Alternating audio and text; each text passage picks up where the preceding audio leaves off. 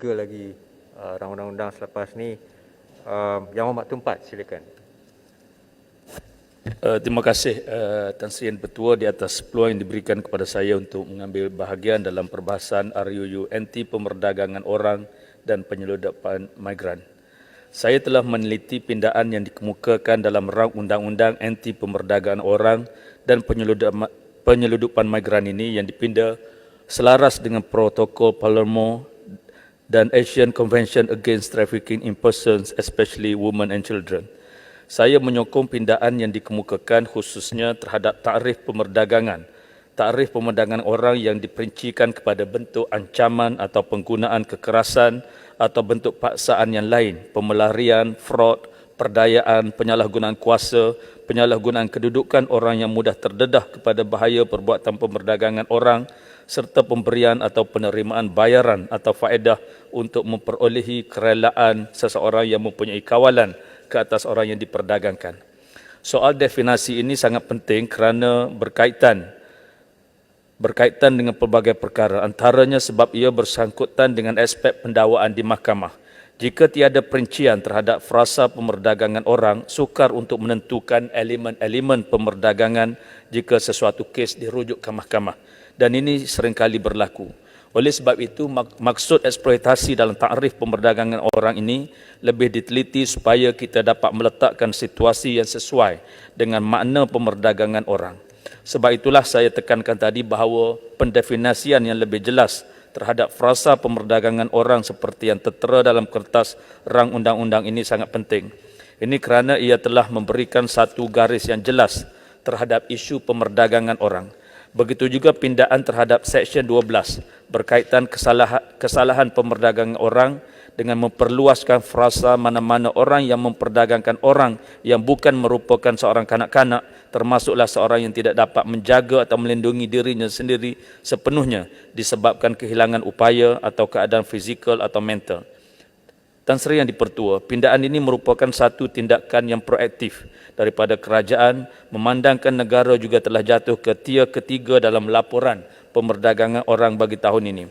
Antara yang saya ingin ketengahkan beberapa situasi yang mendorong kepada kejatuhan tier negara berdasarkan laporan ini adalah ketiadaan penyelarasan antara agensi yang dilihat masih lemah dan tidak bersistematik, serta tiada pendakwaan yang dikenakan terhadap pegawai-pegawai kerajaan maupun ahli politik yang terlibat dalam jenayah ini, meskipun sebelum ini telah berlaku tangkapan dan siasatan. Ketika ini kita hanya mempunyai 3 agensi utama yang bertindak dalam aspek penguatkuasaan, iaitu PDRM dan Jabatan Immigration Malaysia, termasuk juga Jabatan Kastam. Soalan yang saya rasa perlu dijelaskan di sini adalah bagaimana pindaan ini akan memperbaiki aspek penyelarasan penguatkuasaan terhadap kedua-dua jenayah pemerdagangan orang dan penyeludupan migran dalam negara ini.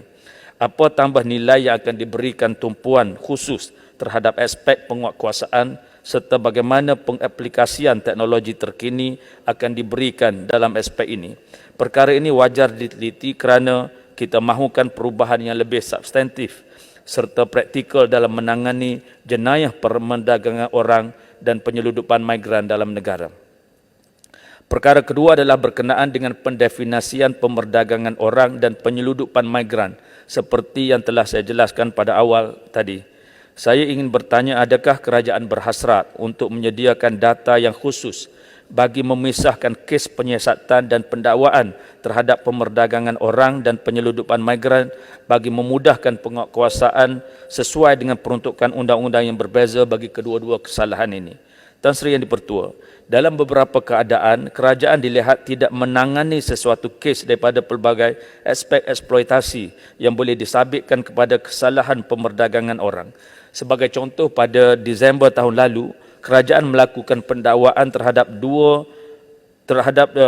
sebuah syarikat pembuatan sarung tangan pakai buang kerana tidak menepati Akta Standard Minimum Perumahan dan Kemudahan Pekerja.